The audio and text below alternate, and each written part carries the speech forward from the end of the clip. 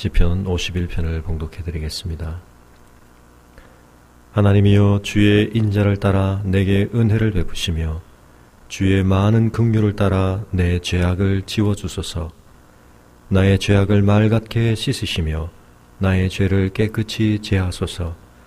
물은 나는 내 죄가를 아오니 내 죄가 항상 내 앞에 있나이다. 내가 주께만 범죄하여 주의 목전에 악을 행하여 싸우니 주께서 말씀하실 때에 의로우시다 하고 주께서 심판하실 때에 순전하시다 하리이다.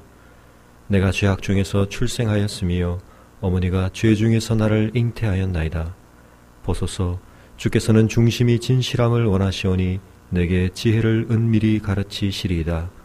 우슬초로 나를 정결하게 하소서. 내가 정하리이다. 나의 죄를 씻어주소서. 내가 눈보다 희리이다.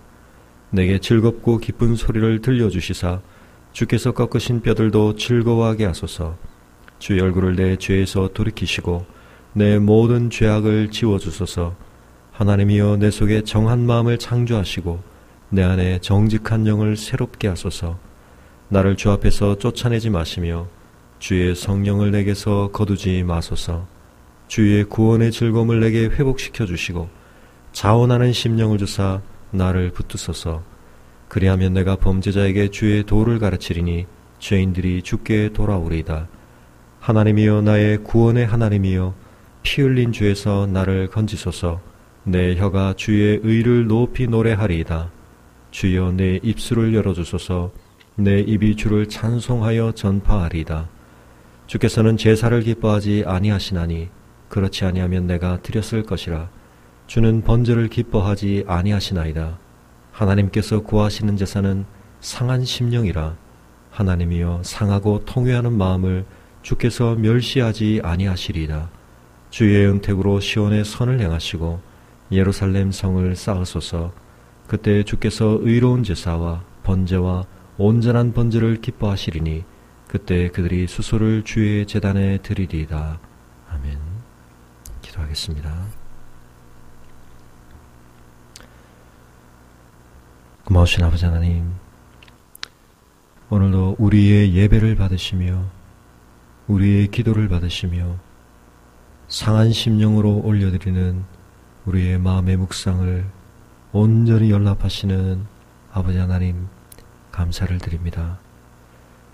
우리가 양과 염소를 하나님 앞에 가지고 나왔기 때문이 아니라 오직 우리 주 예수 그리스도의 보혈의 공로를 의지하였기에 우리는 아무 공로 없사오나 하나님께 우리의 기도에 응답해달라고 요청드릴 아무런 자격이 없사오나 오직 그리스도의 중보의 은혜와 보혈의 공로를 힘입어 하나님 앞에 우리의 심령을 토로할 수 있고 우리의 삶을 향한 하나님의 선하심을 기대할 수 있는 하나님의 백성과 자녀된 특권을 허락해 주신 것 다시 한번 감사를 드립니다.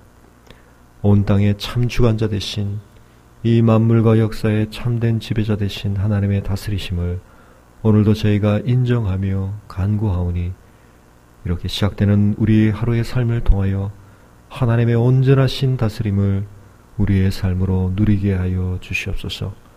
우리의 삶을 통하여 그 다스림을 드러내는 삶 되게 하여 주시옵소서. 우리를 통하여 영광을 받아 주시옵소서. 아버지 하나님, 오늘도 하나님의 말씀을 통해 우리 자신을 살필 때에 우리 속에 하나님이 기뻐하지 아니하시는 것들, 예수 그리스도 안에서 이미 십자가에 못 박았으나 우리의 삶 속에 끊임없이 다시 우리의 삶을 주관하려고 되살아나며 우리의 삶 속에 또다시 생겨나는 죄악된 욕심과 허탄함들을 하나님 앞에 발견케 됨을 고백합니다. 아버지 하나님, 다윗의 고백처럼 우리 안에 정직한 영을 새롭게 하여 주시고 하나님의 구원의 즐거움을 다시 한번 회복하게 하여 주시고 성령을 거두지 마시며 우리의 악이 우리의 심령과 삶을 주관하지 못하도록 온전하신 하나님의 은혜로 우리를 충만케 하여 주시옵소서. 아버지 하나님, 우리의 경험과 우리의 지혜에 의탁하지 않게 도와주시고 하나님의 말씀의 지혜에 오늘도 우리의 삶을 의탁하게 하시며 하나님의 성령의 세밀하신 인도하심을 분별할 수 있는 영적인 민감함을 가지고 이 하루도 하나님과 동행하게 하여 주시옵소서. 오늘도 우리의 삶 앞에 무엇이 기다리고 있는지 저희는 다 알지 못하오나 여호와 이레 되신 하나님을 의지합니다. 우리의 간구하는 것에 넘치도록 우리를 위해 선을 예비하셨을 하나님의 은혜를 의지하오니 아버지 하나님, 오늘도 이 하루 우리와 친밀히 동행하심을 나타내어 주시고 하나님께서 우리의 앞서 행하시며 우리 앞에 장애물들과 거치는 것들을 제하여 주시고 푸른 초장으로 쉴만한 물가로 우리를 인도하여 주시옵소서. 우리의 영혼을 소생케 하여 주시옵소서. 우리가 당면한 곤고함과 환난과 우리의 심령에 무거운 짐을 주님께서 아십니다. 우리가 미처 간구하지 못하는 것에 그 모든 것에 넘치도록 주님께서 그 선하심으로 우리를 붙드시며 인도해 주실 줄을 믿사오니 아버지 하나님, 오늘도 저희가 승리하는 하루가 될 수 있도록 넉넉히 이기는 하루가 될 수 있도록 주의 사랑 가운데 오늘도 평안을 누리며 하나님의 축복을 잃어버리지 않고 우리의 것으로 누리는 하루가 될 수 있도록 주님 저희와 함께하여 주시옵소서. 우리의 상황과 우리의 환경이 우리를 이기는 것이 아니라 우리의 믿음이 이기게 하시고 하나님의 말씀이 우리 안에서 승리케 되게 하여 주시옵소서. 감사를 드리고 주 예수 그리스도의 이름으로 기도합니다. 아멘. 함께 묵상하실 말씀은 호세아서 6장 1절에서 11절까지 말씀입니다. 호세아서 6장 1절에서 11절까지를 봉독하겠습니다.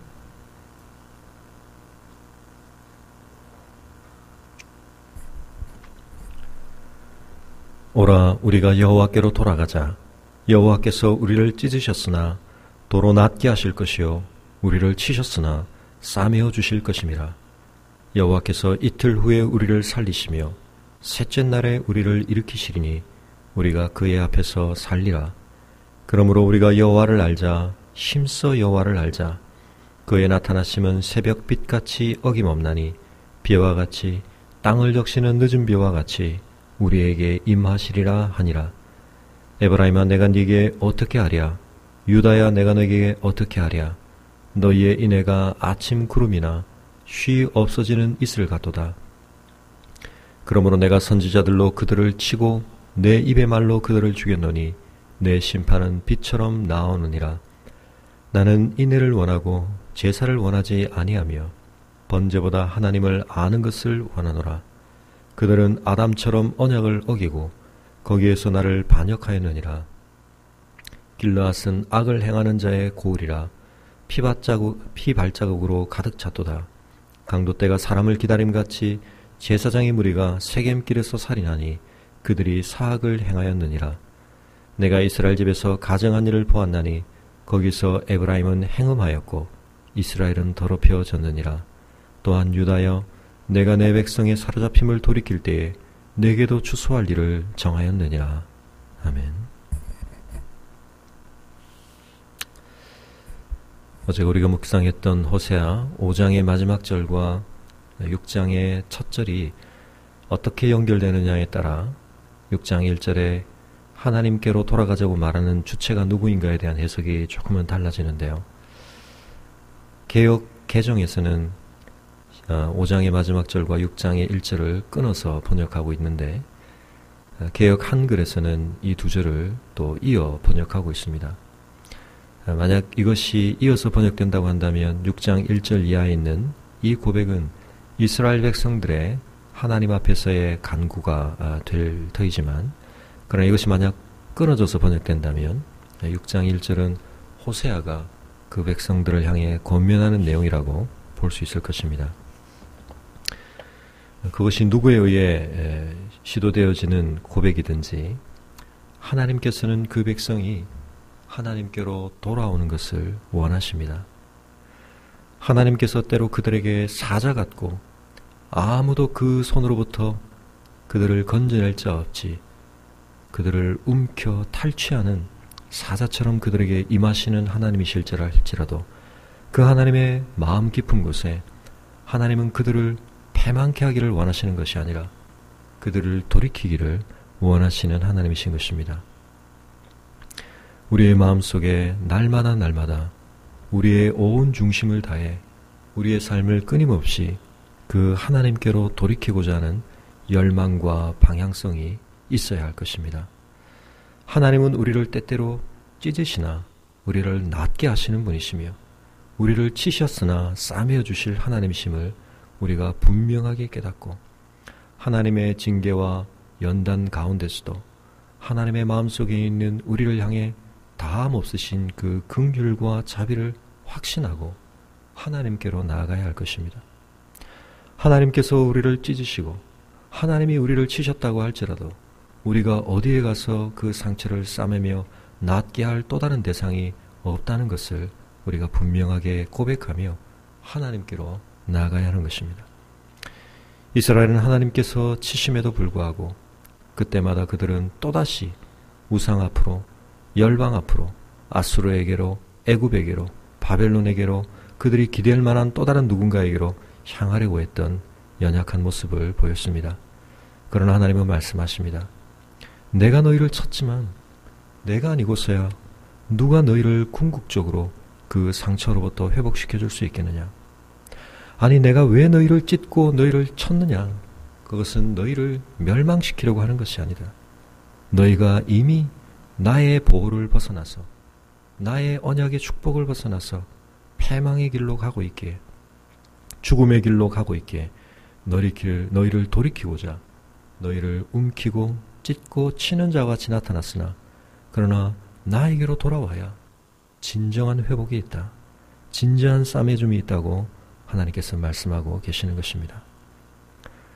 하나님께서 찢으셨기에 하나님께서 치셨기에 하나님만이 낫게 하시며 하나님만이 싸매어 주실 수 있음을 기억하며 우리의 형편이 어떤 자리에 있든지 결국 우리는 여호와께로 돌아가는 것 말고는 다른 대안이 없다는 사실을 우리가 분명하게 확신해야 할 것입니다.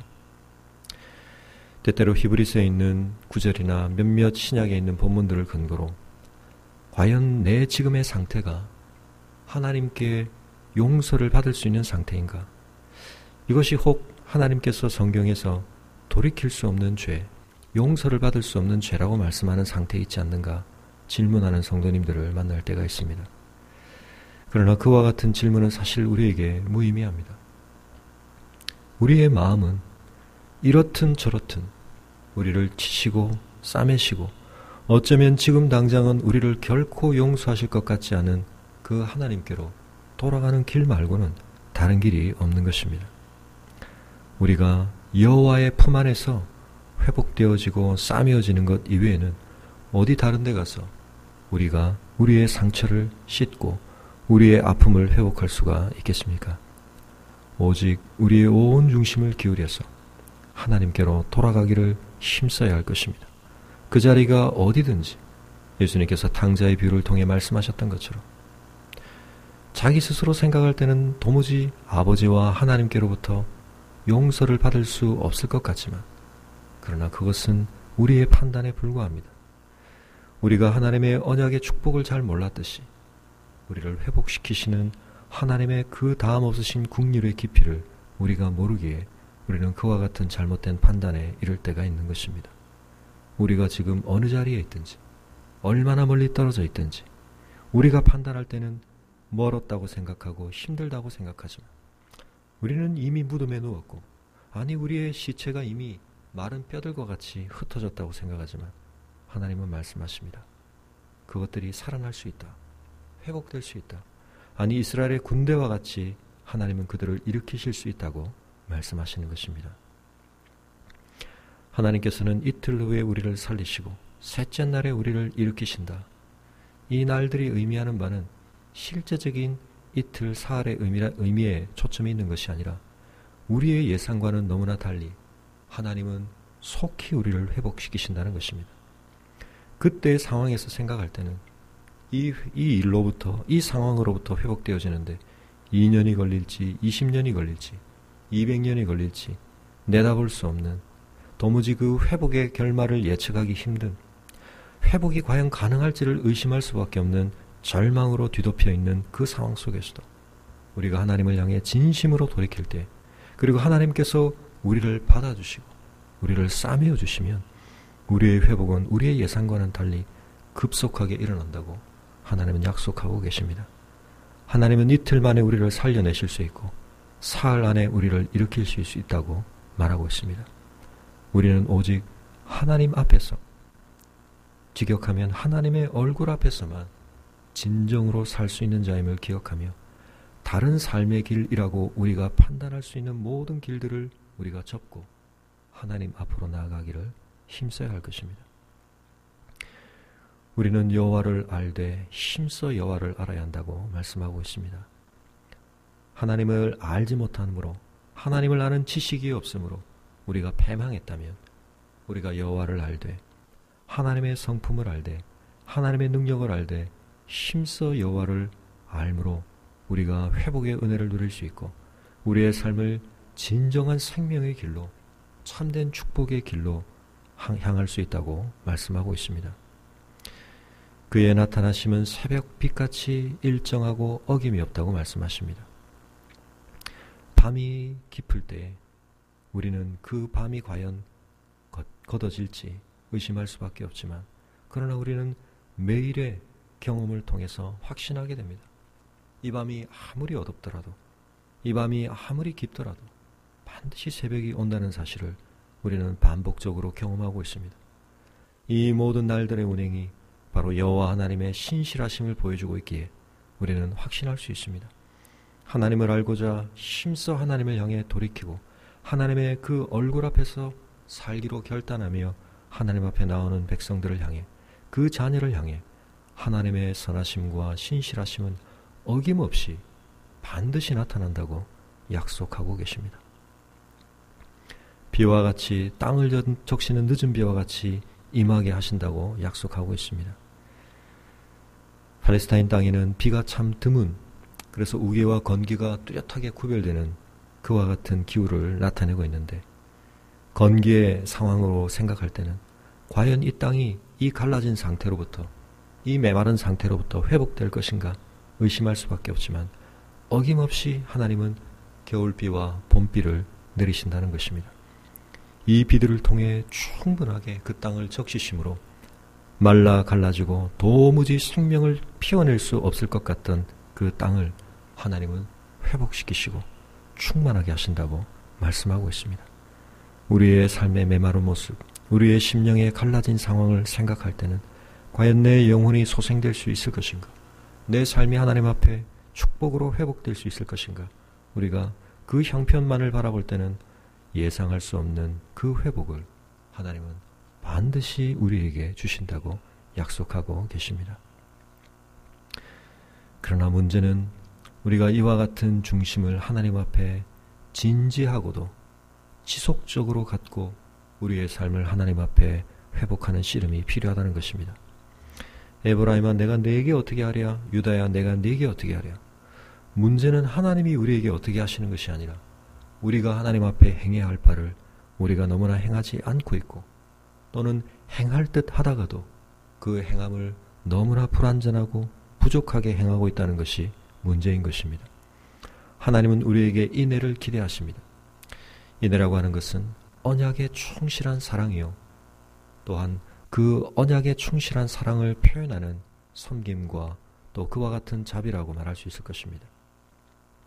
하나님은 우리가 충성스럽기를 원하시는데, 좀 지속적이기를 원하시는데, 근데 우리가 인애를 갖는 듯 하다가도 그 인애가 아침 구름처럼 쉬 없어지는 이슬 것처럼 견고하지 못하고 지속적이지 못하다고 하나님은 한탄하십니다. 마치 엄청난 비를 내릴 것처럼 구름 같아 보였는데, 그래서 기대하고 있었는데 그것은 그저 아침 햇살 속에 사라져버리고 쉬 없어지는 이슬처럼 허망한 것이라고, 기대할 만한 것이 아니라고 하나님은 말씀하고 계십니다. 하나님을 향한 우리의 충성스러움이, 우리의 진실함이, 그 언약에 대한 우리의 신실함이 혹 아침 구름이나 쉬 없어지는 이슬과 같지 않은지 우리의 모습을 하나님 앞에 돌이켜볼 수 있기를 바랍니다. 어려움의 때에, 곤란의 때에 잠시 하나님을 향해 인애를 갖는 것 같지만, 그러나 그것을 하나님 앞에서 지속하지 못하고 쉬 없어지는 이슬처럼 우리의 인애의 깊이가, 하나님의 언약 앞에서 우리의 신실함의 깊이가 너무 얕지는 않은지 우리의 모습을 돌아볼 수 있기를 바랍니다.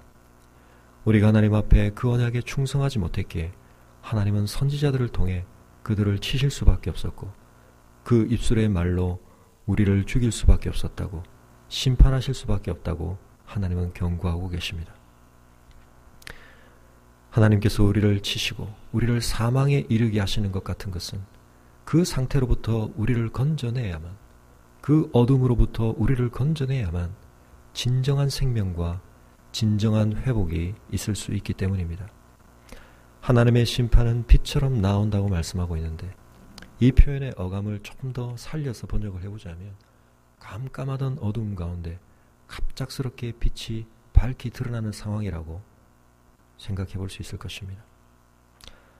우리는 어둠 속에 처해서 우리가 어떤 형편이 있는지 알지 못하고 있는데, 거기에 한 줄기 빛이 갑자기 피어나게 될 때 그 빛은 우리의 상태를 드러내게 되는 것입니다. 이스라엘 백성은 하나님의 빛으로부터 가리워진 채 깜깜한 어둠 가운데 있었는데, 그들이 얼마나 지금 죽음의 깊은 패망의 자리에 이르렀는지 알지 못하고 있었는데, 하나님께서 심판을 발하실 때요, 빛과 같은 심판을 발하실 때요, 비로소 그들의 어둠이 드러나게 된다는 것입니다. 어둠 가운데 행하고 있는 그들의 참혹한 모습들이 드러나게 된다고 하나님은 말씀하십니다. 그것은 갑자기 켜진 빛으로 말미암아 드러나는 어둠 안에서의 모든 상황처럼 갑작스럽게 우리에게 인식된다는 것입니다. 우리는 어둠 속에 있을 때 우리가 어떤 모습을 가지고 있는지, 우리의 상황이 어떤지 모르기 때문에 더욱 담대하게 어두움의 일들에 참여하게 됩니다. 그러나 하나님은 우리가 그 속에 계속 머물게 된다면 우리는 진정으로 죽을 수밖에 없게 우리를 건져내시기 위해, 우리를 회복시키기 위해 우리를 치시고 우리를 또한 하나님의 은혜 가운데로 돌이키시고자 우리에게 심판하시고 우리를 연단하신다고 말씀하고 계십니다. 하나님은 인애를 원하시며 하나님은 하나님 아는 것을 원하신다고 다시 한번 강조하십니다. 이스라엘 백성은 끊임없이 하나님 앞에 제사하고 있었고 번제하고 있었지만, 그러나 그것은 하나님이 원하시는 중심이 동반되지 않은, 그 중심을 표현하는 것과는 상관없는 거칠에 불과한, 형식에 불과한 제사에 그쳤던 것입니다. 그랬기에 그들은 하나님을 향한 제사와 번제와 더불어서 우상을 섬기는 일들을 버젓이 함께 할 수 있었던 것입니다. 하나님은 언약에 충실한 사랑을, 진실하고 성실한 사랑을 원한다고 말씀하십니다. 나를 진정으로 아는 자로서 번제하기를, 제사하기를 원한다고 말씀하십니다. 우리가 그저 생각해낸 우상과 다를 바 없는 하나님, 우리가 양과 소의 떼를 많이 몰고 가기만 하면 그저 그것을 기뻐함으로 우리의 삶을 축복하시는 그러한 하나님이 아니시라고 하나님은 말씀하십니다. 그런 제사는 내가 원하지 않는다. 너희에게 재물을 받아야만 흡족할 만큼 나는 결핍된 존재가 아니다. 이 비조세계의 모든 것이 내가 지은 것이며 내 것이기에 나는 너희로부터 뭔가를 더 받아야만 만족하고 그것이 기쁨이 되어서 너희의 삶을 축복하는 그런 우상과는 다르다. 나를 제대로 알아달라고 하나님은 말씀하십니다. 나를 진정 기쁘게 하는 것은 참된 인애요, 나와의 언약에 대한 신실함이라고 말씀하시는 것입니다. 그러나 이스라엘은 제사를 드리고 번제를 드리면서도 하나님이 진정 원하시는 이와 같은 제사의 본질, 번제의 본질을 하나님 앞에 드리지를 못했습니다. 그래서 그들은 아담처럼 언약을 어겼다고 하나님은 말씀하십니다. 아담의 범죄가 하나님과의 언약의 파괴라고 하는 것을 비로소 말씀하는 구약 성경이 이 본문 속에 등장하는데, 아담과 하나님이 무슨 언약을 맺으셨느냐? 하나님께서 아담에게 베푸신 그 놀라운 은혜를 토대로 하나님은 순종을 기대하셨습니다. 선악과를 먹지 말라고 하는 단 하나의 조항으로 하나님은 그들이 하나님의 통치를 인정하는 자들임을 고백받기를 원하셨고, 그들의 판단과 어떤 그들의 견해보다 하나님의 말씀을 소중히 여기며 그것을 의지하는 고백을 표현해 주기를 원하셨던 것입니다. 그러나 아담은 모든 풍족함 가운데, 하나님께서 베푸신 모든 풍족함 가운데 있었음에도 불구하고 그 언약을 어겼는데, 이스라엘 역시 마찬가지라는 것입니다. 어떤 열방에게도 베푼 적이 없는 하나님의 놀라운 은혜를 그들에게 허락하심으로 그 은혜를 토대로 그들과 언약을 맺으셨는데, 너희는 이제 열방 앞에서 나의 백성이 되어다오, 나의 거룩을 드러내는 백성들이 되어다오, 제사장처럼 저들을 나와의 관계에서 회복시킬 수 있는 중재자가 되어다오. 그러나 그들은 하나님의 이 언약을 저버리고 말았습니다. 하나님의 은혜를 풍성하게 덧입은 그 자리에서 하나님 앞에 마땅히 순종을 보여드리고 하나님의 뜻을 성취하는 삶을 드러내어야 마땅한 그 삶의 자리에서 그들은 하나님을 반역하고 말았다고 말씀하고 계십니다. 하나님의 언약을 어기고 하나님을 반역한 모습의 대표적인 모습을 하나님은 8절 9절에서 말씀하고 계십니다. 길르앗과 세겜을 언급하십니다. 이 지역들 속에는 도피성이 있었던 지역입니다. 도피성이라고 하는 것은 하나님께서 그 백성들 속에서 발생할 수 있는 여러 가지 일들 가운데 고의가 아닌 살해를 하였거나 어려움 가운데 있어서 이 도피성으로 피난하면 제사장이 살아있는 동안은 그 속에서 생명을 보존할 수 있는 하나님의 언약의 상징적인 장소였습니다. 그런데 그 지역들, 하나님의 백성들 속에 있는 하나님의 특별하신 보호하심과 하나님의 특별하신 자비를 상징적으로 드러내는 이 도피성이 있는 지역들 속에서 피 흘림이 있었다고 말씀하고 있습니다. 악을 행함이 있었다고 말씀하십니다. 거기에 특별히 제사장들이 관련되어 있다고 말씀하십니다. 구체적으로 다 알 수는 없으나 어떤 의미에서 도피성으로 피한 자들을 보호해주고 그들의 생명이 다하기까지 그들의 안전을 하나님의 권위로 확인시켜줘야 할 이 제사장들이 어떤 의미에서 피해자들의 청탁을 받고 그들을 살인하는 자리에 내어주는 그와 같은 일들이 있지 않았나 생각해 보게 됩니다. 생명의 보호자가 되어야 했을 그들이 청부 살인업자와 같이 생명을 피 가운데 내어주는 그들의 이익을 위하여 살인하는 자리에 그들을 내어주는 범죄함이 있었다고 하나님이 말씀하시는 것입니다.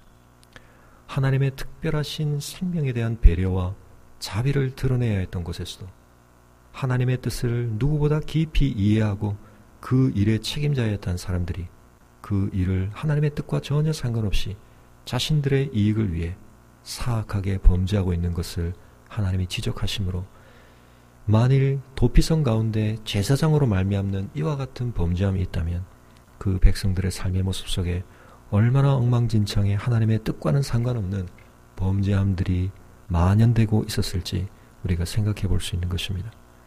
하나님은 이스라엘 집 가운데에서 하나님의 통치가 실현되어지고 하나님의 빛이 드러나기를 원하고 하나님의 성품이 반영되기를 원하였던 이 이스라엘 집 가운데서 가정한 일만을 보고 있다고 한탄하십니다. 에브라임은 하나님 앞에 신실하지 못한 채 음행하고 있다고 말씀하십니다.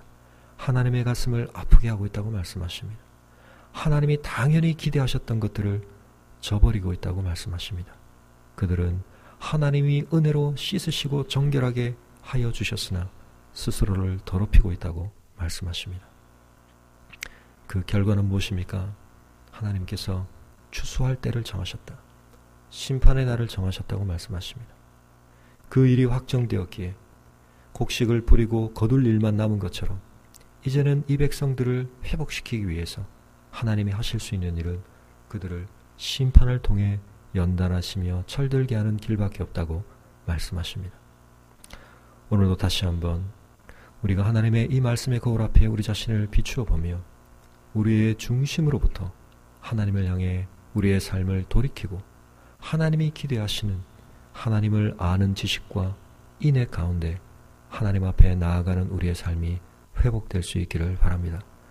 우리의 삶 속에서 하나님을 슬프시게 하고 하나님을 진노케 하는 우리의 죄악들을 다시 한번 잘라내며 십자가에 못 박으며 여호와를 알되 힘써 여호와를 알기를 우리가 다시 한번 우리의 마음으로 결단하며 우리의 형편이 어떠한 상황이 있든 절망하지 아니하고 새벽빛같이 어김없이 늦은 벼와 같이 반드시 우리에게 그 축복을 허락하실 하나님을 기대하며 우리를 일으키실 하나님을 바라보며 그 앞에서 우리를 다시 살게 하실 하나님의 그 신실하심을 바라보며 우리가 하나님 앞에 우리의 삶과 우리의 중심을 회복하고 우리를 낫게 하시고 우리를 싸매어 주실 하나님 앞에 우리의 마음을 토로하며 하나님의 회복의 은혜를 진심으로 간구하시며 또한 그 하나님의 은혜에 합당한 인애를 아침 구름이나 쉬 없어지는 이슬처럼 지탱되지 못하는 인애가 아니라 우리를 향하여 하나님이 품으신 그 인애처럼 지속적인 하나님의 언약에 대한 신실한 모습을 다시 한번 우리의 삶 속에 품으시고 하나님 앞에 기도하실 수 있기를 바랍니다. 가지고 나오신 기도의 제목들로 기도하시고 돌아가시겠습니다.